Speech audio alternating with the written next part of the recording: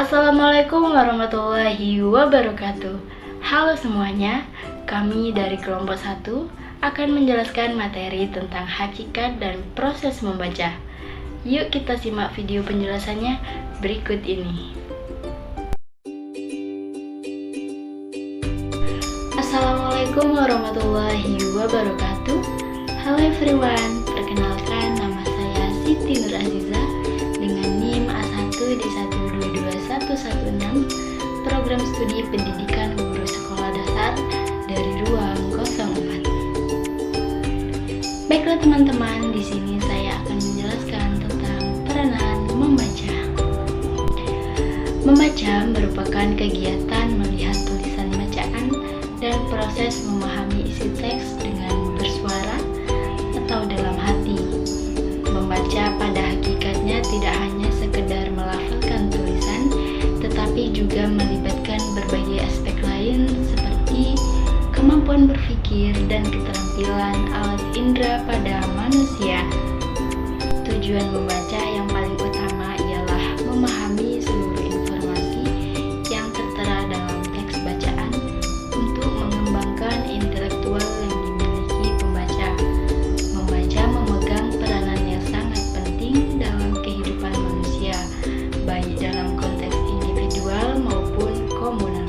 Membaca sebagai suatu pengalaman yang aktif, yakni suatu kegiatan yang dilakukan secara sadar, bertujuan, pemahaman, dan pemaknaannya akan ditentukan oleh sejumlah pengalaman si pembaca. Dalam dunia pendidikan, kemahiran berliterasi juga merupakan hal yang sangat fundamental. Mengapa demikian? Sebab semua proses belajar sesungguhnya didasarkan atas kegiatan membaca dan menulis. Saya Ruth Putri Raja Guguk dengan NIM A1D1221106 akan melanjutkan materi yang sebelumnya, yaitu pengertian dalam proses membaca. Apa sih pengertian membaca itu? Membaca merupakan sebuah aktivitas berupa melafalkan atau mengeja sebuah tulisan. Hal ini sesuai dengan yang tertuang dalam KBBI atau Kamus Besar Bahasa Indonesia yang menyatakan bahwa membaca adalah mengeja atau melafalkan apa yang tertulis. Nah, menurut Tarigan, membaca adalah suatu proses yang dilakukan serta dipergunakan oleh pembaca untuk memperoleh pesan yang hendak disampaikan oleh penulis melalui media kata-kata atau bahasa tulis. Sedangkan menurut Rahim, membaca pada hakikatnya adalah suatu yang rumit yang melibatkan banyak hal, tidak hanya sekedar melafalkan tulisan, tetapi juga melibatkan aktivitas visual, berpikir, psikolinguistik, dan metakognitif. Menurut Giller dan Tempel, arti membaca ialah memberi makna terhadap bahasa tulis. Dengan kata lain, sebuah aktivitas memperoleh dan menciptakan gagasan, informasi, ide, mental dari segala sesuatu yang dibaca. Menurut Khalid A.H. dan Lilis S., membaca adalah mengemukakan atau membunyikan rangkaian lambang-lambang bahan tulisan yang dilihatnya dari huruf menjadi kata, kemudian menjadi frasa, kalimat, dan seterusnya. Nah, yang dapat saya tarik dari pengertian membaca adalah membaca merupakan kegiatan melihat tulisan dan proses memahami isi teks dengan bersuara atau dalam hati. Membaca adalah mengungkapkan suatu imajinasi terhadap suatu yang pembaca yang disukai khalayak ramai dan juga dimengerti oleh seseorang yang dicintai. Proses membaca. Proses-proses membaca ada 5, yaitu proses psikologi, proses sensori, proses perseptual, proses perkembangan, dan proses perkembangan keterampilan. Nah, berikut penjelasan masing-masing prosesnya. Assalamualaikum warahmatullahi wabarakatuh. Perkenalkan, nama saya Sylvia Dianswari dengan NIM A1D1221119, Pendidikan Guru Sekolah Dasar semester 1 ruang 004. Saya akan menjelaskan materi selanjutnya dengan judul Proses Psikologi. Psikologi adalah ilmu pengetahuan yang mempelajari semua tingkah laku individu yang tidak dapat dilepaskan dari proses lingkungan dan yang terjadi dalam diri individu tersebut. Apa yang terjadi dalam diri pribadi tersebut disebut sebagai proses mental. Proses mental adalah kegiatan mental yang dikerjakan oleh seseorang yang tidak bisa diamati oleh orang lain. Contohnya, aktivitas saat kita sedang menonton sebuah film. Kita dapat menangkap gambar di dalam film lalu menafsirkan setiap adegan yang terjadi dengan memberi makna. Nah, proses memberi makna yang berbentuk persepsi inilah yang disebut dengan proses mental. Seperti ilmu-ilmu ilmiah lainnya, psikologi juga memiliki tujuan dan fungsinya sendiri. Dalam mengukur perilaku manusia, ilmuwan psikologi perlu melaksanakan prosedur yang objektif dan sistematis. Untuk itu, dibentuklah tujuan dan fungsi ilmu psikologi. Di antaranya adalah yang pertama, describe, adalah menggambarkan perilaku dan proses mental. Yang kedua, explain, adalah menjelaskan perilaku dan proses mental. Yang ketiga, predict, adalah memprediksi perilaku dan proses mental. Dan yang terakhir adalah control, adalah mengendalikan perilaku dan proses mental. Psikologi dan ilmu pendidikan. Psikologi dan ilmu pendidikan tidak dapat dipisahkan satu dengan yang lainnya. Karena antara psikologi dengan ilmu pendidikan mempunyai hubungan timbal balik. Ilmu pendidikan sebagai suatu disiplin bertujuan memberikan bimbingan hidup manusia sejak ia lahir sampai ia mati. Pendidikan tidak akan berhasil dengan baik jika tidak dibarengi dengan psikologi. Metode dalam psikologi. A. Metode eksperimen. Metode eksperimental merupakan observasi atau pengamatan terhadap suatu kejadian atau gejala yang berlangsung di bawah kondisi atau syarat tertentu. B. Metode non-eksperimen. Metode non-eksperimen terdiri dari satu, metode observasi, yang kedua metode studi kasus, yang ketiga metode survei, dan yang terakhir adalah metode korelasional. Baiklah, saya Cynthia Epiandini dengan NIM A1D1222098 akan menjelaskan materi tentang proses sensoris.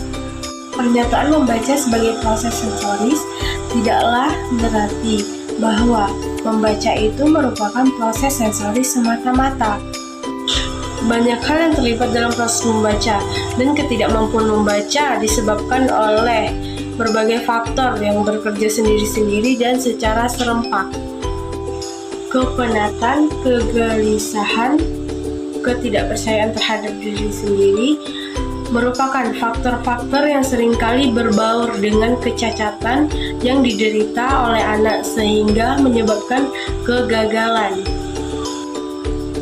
Nah, berbagai penelitian membuktikan bahwa pada umumnya anak mempunyai kesiapan penglihatan membaca pada umur 5-6 tahun. Pada usia tersebut, anak memiliki kompetensi koordinasi, binakular, persepsi yang dalam, dan fokusan pengaturan dan perubahan perasaan secara bebas. Jika membaca dapat dikatakan dimulai dengan melihat, maka secara umum persiapan membaca dimulai dengan mendengarkan. Persiapan audio tulis anak dimulai dari dalam rumah dalam bentuk menyimak kosakata, menyimak efektif, dan keterampilan membeda-bedakan. Jika seorang anak mendapat pengaruh jelek dari kondisi cacat tubuhnya dan kondisi sosialnya, maka pengalamannya pun akan terbatas. Jika di rumah seorang anak sulit membeda-bedakan bunyi yang mirip atau tidak dapat mengenali suara yang tertentu di dalam sebuah kata, kita boleh percaya bahwa di sekolah pun dia akan menemukan kesulitan yang sama.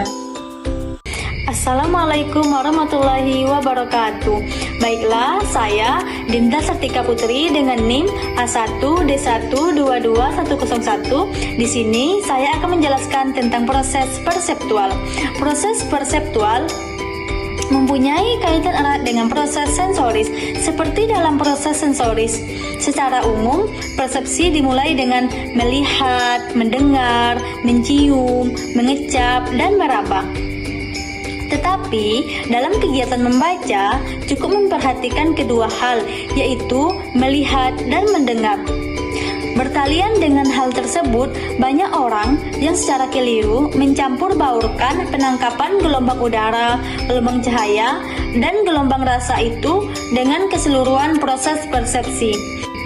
Meskipun T dan H berbeda, karena perbedaan yang tampak pada garis-garis horizontal dan vertikal yang tampak pada keduanya, perbedaan tersebut tidak akan menjadi jelas sebelum anak mengetahui bahwa kedua huruf tersebut mempunyai bunyi yang berbeda, dan jika digabungkan dengan huruf lain dapat membentuk kata. Sama halnya, jika anak tidak mempunyai pengalaman tentang perbedaan antara kata bank dan bank, kesadaran atas perbedaan antara keduanya itu akan tetap tinggal pada tingkat stimulus dan tidak akan mengubah persepsinya mengenai makna yang dinyatakan oleh kedua kata tersebut. Assalamualaikum warahmatullahi wabarakatuh. Perkenalkan, saya Alessia Sasabila dengan NIM A1D1222091 dari ruang 004 semester 1. Baiklah, di sini saya akan menjelaskan materi tentang proses perkembangan membaca. Membaca pada dasarnya merupakan suatu proses perkembangan yang terjadi sepanjang hayat seseorang.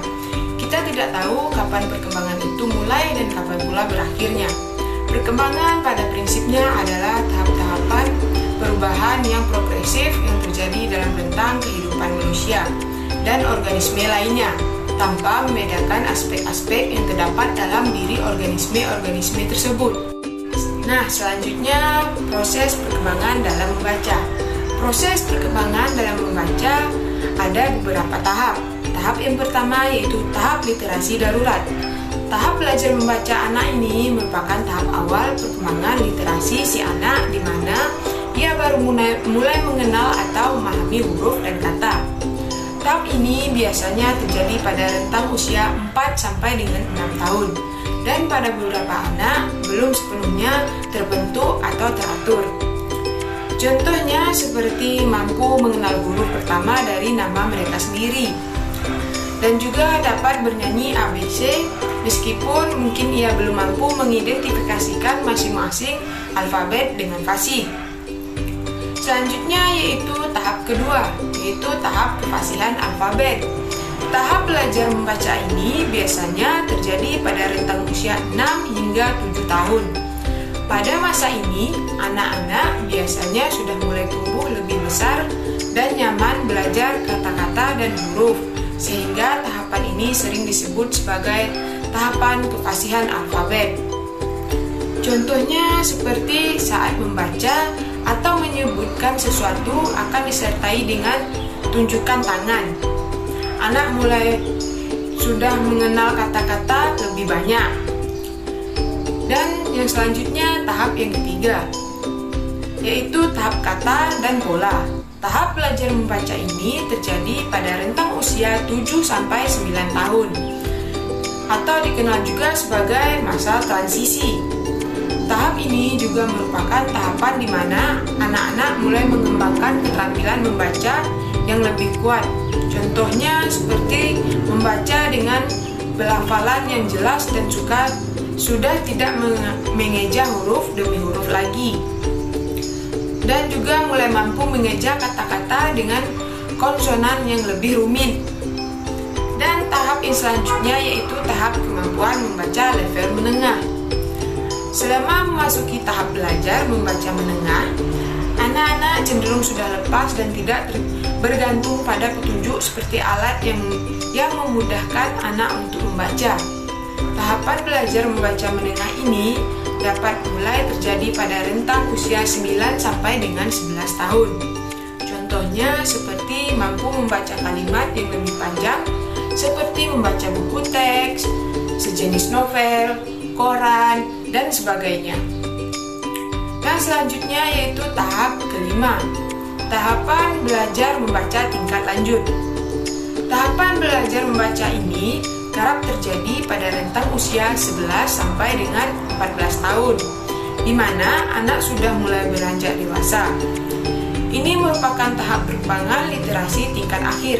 Biasanya anak-anak sudah sepenuhnya membaca dengan lancar, mencari informasi baru dengan sendirinya atau lebih mandiri saat membaca.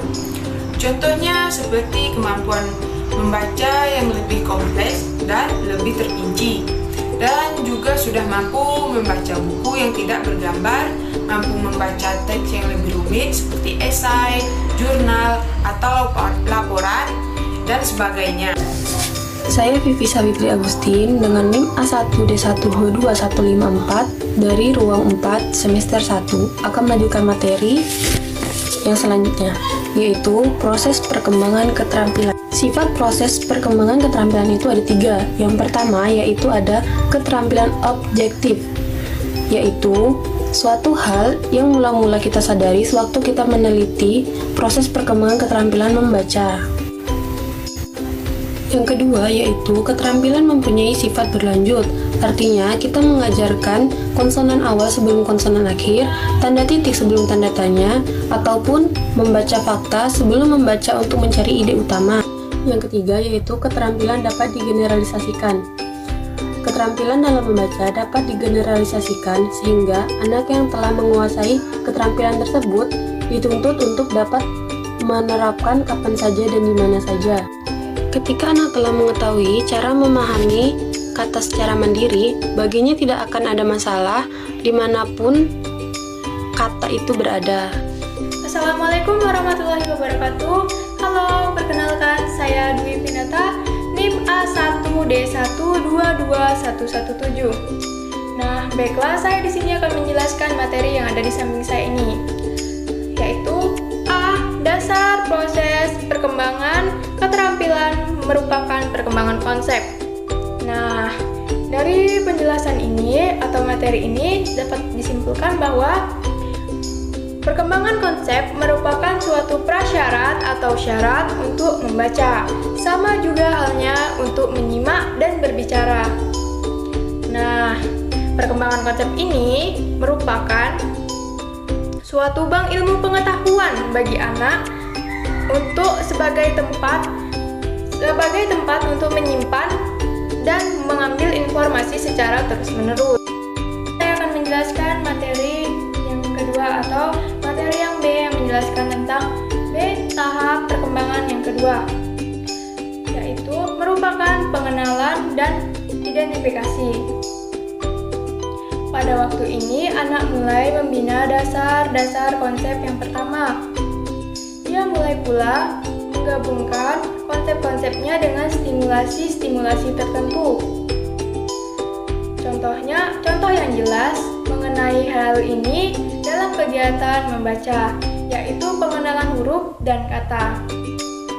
Dia belajar menggabungkan huruf dan kata, atau kombinasi huruf dan kombinasi kata, dengan konsep-konsep yang bermakna baginya. Jika dia berhasil menggabungkan atau mengkombinasikan stimulus dan konsep yang telah dia pelajari, maka dia memperoleh makna dari pengalaman yang telah dia lakukan atau pengalamannya tersebut. C. Tahap perkembangan yang ketiga merupakan interpretasi informasi. Anda tentu tahu bahwa anak sudah mulai dalam kegiatan menginterpretasi sejak awal proses, meskipun upayanya itu belum jelas. Membaca sebagai proses perseptual mengandung pengertian bahwa dalam membaca merupakan proses mengasosialisasikan makna dan interpretasi berdasarkan pengalaman tentang stimulus atau lambang, serta respon yang menghubungkan makna dengan stimulus atau lambang tersebut. Demikianlah hasil presentasi dari kelompok saya, atau hasil presentasi dari kelompok kami. Maaf jika ada masih banyak kekurangan. Lebih dan kurangnya saya mohon maaf. Wassalamualaikum warahmatullahi wabarakatuh.